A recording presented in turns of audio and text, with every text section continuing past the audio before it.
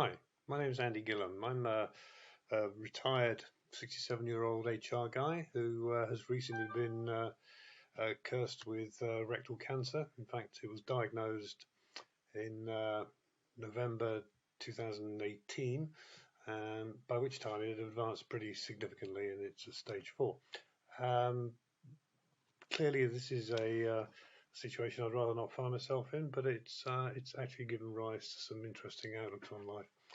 Um, the journey towards diagnosis was a tortuous one. I exhibited symptoms as early as February in 2018. I went to the doctor, had various tests. Nothing was showing up. I'd done the biannual bowel test, bowel cancer screening test.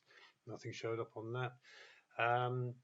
Repeated journeys to the GP with various tests performed, didn't really show up anything at all.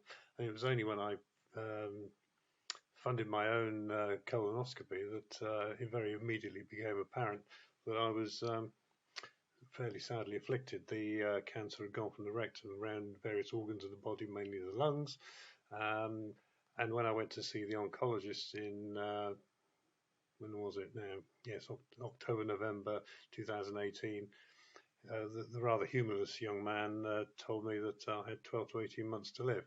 Now, given that we're now sitting here in March 2020, I'm just about to beat that best estimate, but nonetheless, it was a bit of a shock at the time. My observation is that the tests that are given really aren't that good at diagnosing the problem. I mean, my father died of bowel cancer, so there was an existing condition in the family that might have triggered some response. But it's interesting that even when I asked for a colonoscopy in September 2018, I was put on a list, and that's the point at which I decided to fund my own test. And of course, immediately the problem became apparent. So this isn't about blame. This is about a set of protocols that probably don't serve the patient terribly well. My GP was absolutely distraught, bless her. But there we are. That's where we are. I'm in reasonably good health. I've had 2 rounds of chemo, 1 of radiotherapy. I feel pretty well in myself, apart from the fact I get tired very quickly, and my lungs are shot, so I have to be mindful of those limitations. So how do we deal with it? I guess I'm a glass half full sort of bloke, and I've accepted the reality of the situation without too much difficulty. But accepting the reality is not the same as the inevitability of the outcome. And I'm of the view that given that I think 8% of people survive for 5 years with this condition, I plan on being one of those 8%. I'm a great believer that where the brain points, the body will follow. I've even given my condition a name to focus on it, and I'm not sure how hopeful that is, and it's slightly political, so I won't bore you with the name. But the fact is, I can address my cancer in the third person. Clearly, being told you've got a condition like this affects people differently. I think I was quite lucky, fairly accepting, not very accepting of the fact of it. I wasn't unduly upset, which is a bit strange perhaps. I took the view that if it had happened when I was 47, it would have been a real problem. At 57, it would have been something of a problem.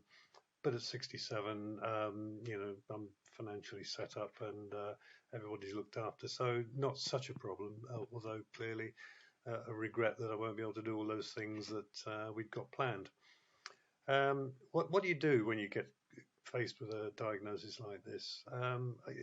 It's difficult to generalize.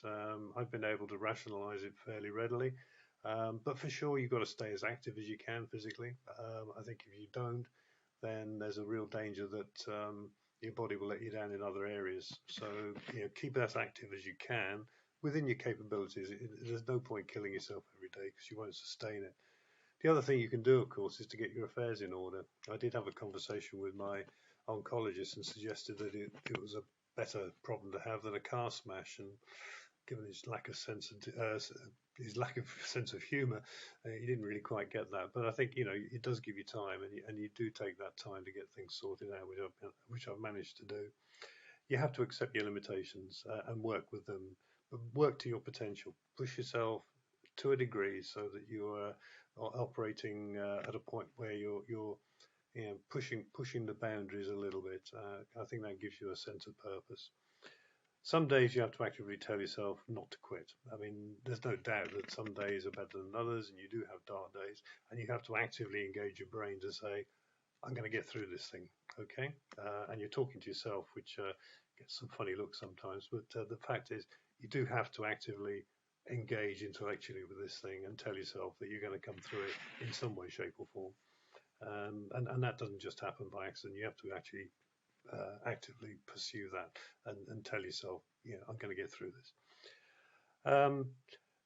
Being open about it with people, I find pretty therapeutic. I think it's important that you don't hide it. You don't want to hog the conversation every time with it because it will become terribly boring and actually makes people pretty uncomfortable sometimes. But I think hiding the fact that you've got a terminal illness is not terribly helpful. And I think people respond by and large better to knowing what's going on, and then they can respond appropriately. The other thing about it, of course, is that you can get somewhat inward looking, and so I think you have to tell yourself again to keep your eyes up metaphorically, and take an outward look, and don't just come in on yourself all the time. The other thing that you've got to be very careful is you've got to look after your partner. It's really tough on the other half. My wife has been absolutely fantastic, and I'm very fortunate. She's pragmatic. She's not sentimental about the thing. She acknowledges, what's going to happen in the long run, but she doesn't. Dwell on it, and she makes sure that I don't dwell on it as well, which is great. So I'm very, very fortunate in that respect. But look after your partner because they are absolutely central.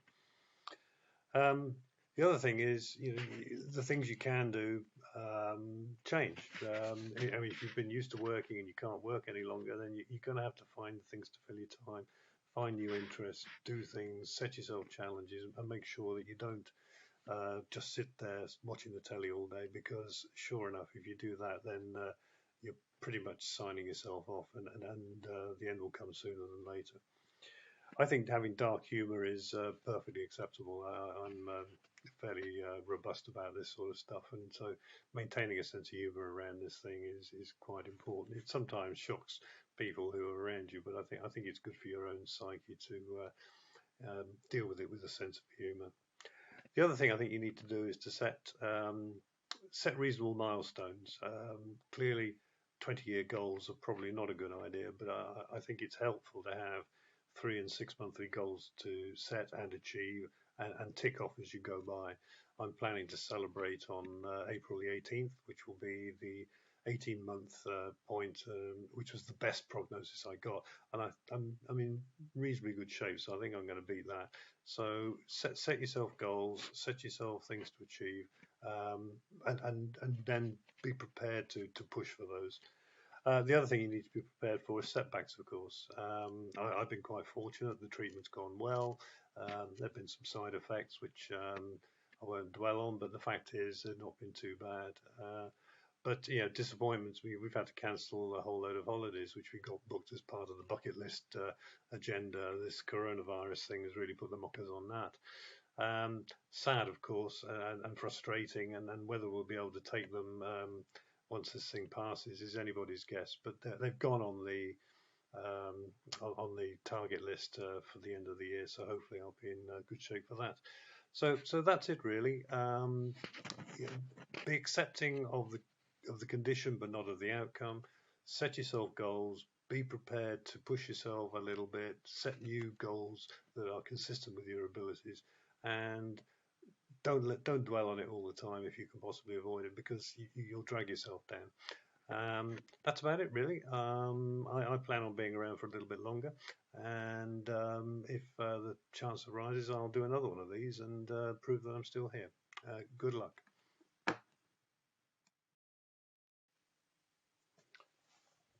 I want to just say a few words about the Red Trouser Day charity. It was founded by Paul Finch a few years back.